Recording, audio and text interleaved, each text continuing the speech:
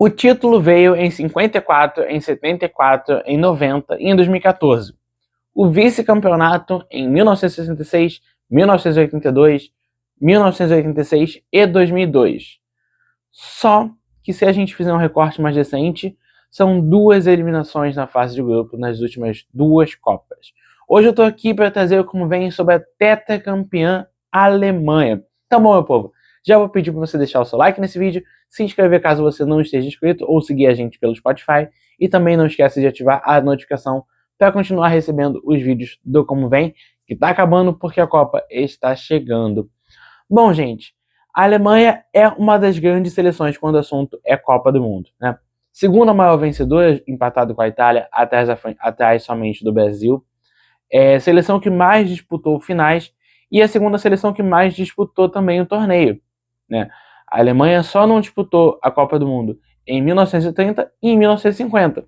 Em 30, por uma questão ainda da primeira edição, muitos países europeus de fato não disputaram naquela Copa por uma questão de logística.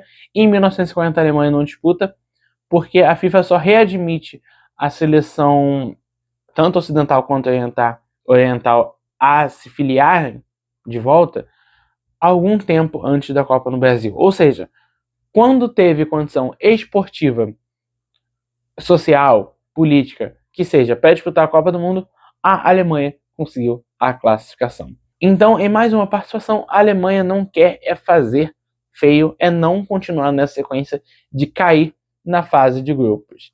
Então vamos falar como se deu a classificação da Alemanha para essa competição. Líder do grupo A das eliminatórias, a Alemanha teve de deixar para trás a Irlanda do Norte, a Eslováquia e a seleção de Luxemburgo. Um grupo que não era difícil, mas ainda assim a Alemanha teve certa dificuldade com a Irlanda do Norte. Além das eliminatórias no ciclo, a Alemanha não só disputou, como também sediou a edição de 2024 da Eurocopa. O país fez um bom torneio e liderou a fase de grupos, que tinha a Suíça, a Hungria e a Escócia. Na fase final, a seleção venceu muito bem a Dinamarca, mas acabou caindo nas quartas de final para a Espanha, que viria a ser campeã do torneio. Na Liga das Nações, a seleção também foi líder do seu grupo, ficando na frente da Holanda, da Bósnia-Herzegovina e da Hungria, mas caiu nas semifinais contra Portugal. Teve até uma vitória contra a Itália antes, mas caiu tanto para Portugal nas semifinais e acabou perdendo também a disputa de terceiro lugar contra a França. Ou seja, na minha visão, um ciclo muito bom da seleção do Nagelsmann, tá? Deixando para trás uma certa incerteza, principalmente defensiva, que o Hans Flick tinha deixado no comando da seleção.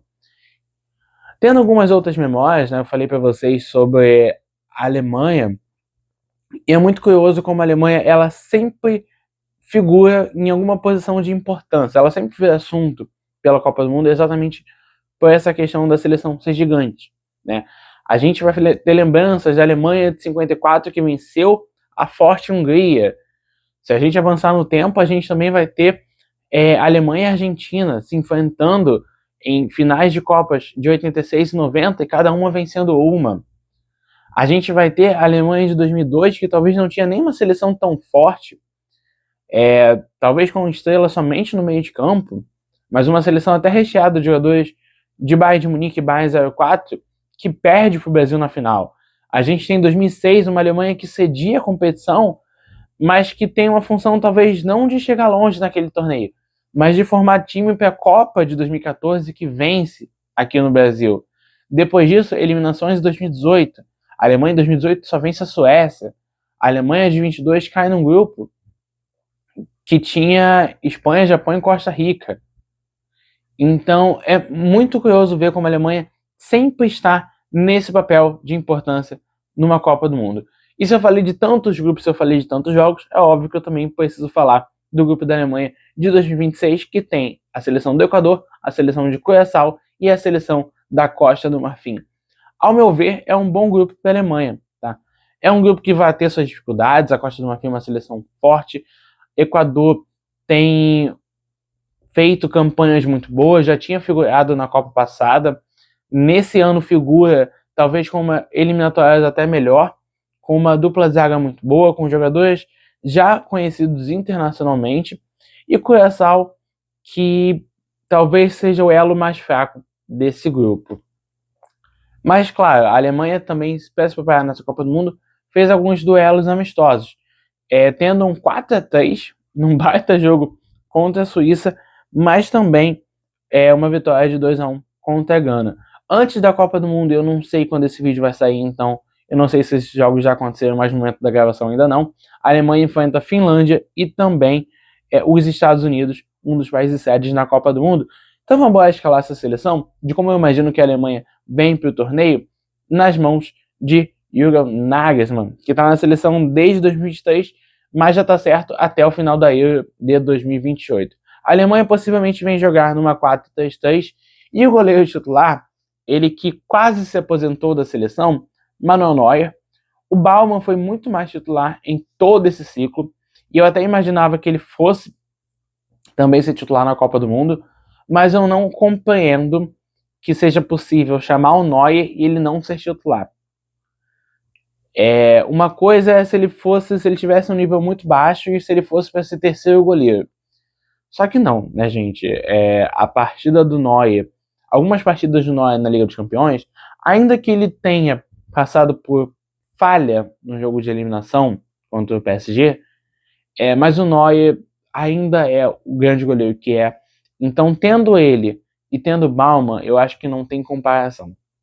Então vamos para essa defesa. Aqui do lado direito vai ter o Kimmich, a dupla de zaga tem Jonathan Tah e Nico Schalterberg. Do lado esquerdo é sempre uma dúvida quem joga desse lado esquerdo da Alemanha, né? Aqui para mim é o Raum, mas pode acabar um Brown vindo jogar nesse time titular também. No meio de campo, Goretzka, de saída do Bayern de Munique, acompanhado pelo Gross e pelo Musiala, que também não foi tão titular nessa fase final do ciclo, muito por conta da lesão que ele teve na Copa do Mundo de Clubes ano passado. O titular dessa função é o Gnabry, que talvez faria a sua Copa do Mundo na sua melhor forma da carreira, mas acabou se lesionando no finalzinho da temporada. E os três jogadores mais à frente, Sané, Wirtz e Havertz. O Sané e o Wirtz, acho que passa por uma questão muito semelhante, né? Que passa por uma desconfiança. Não na seleção, muito pelo clube. O Sané, que talvez a gente não lembre de uma temporada boa dele desde o City, e aí eu ainda tô sendo legal nesse boa. E o Wirtz, que chegou no Liverpool e não conseguiu mostrar o seu futebol, mas na seleção acaba continuando sendo um nome importante. Ofensivamente, mais uma Alemanha que deve ir para uma Copa do Mundo sem ter um 9 de fato. Acho que o Havertz vai ser esse cara, mas talvez seja num momento até bom.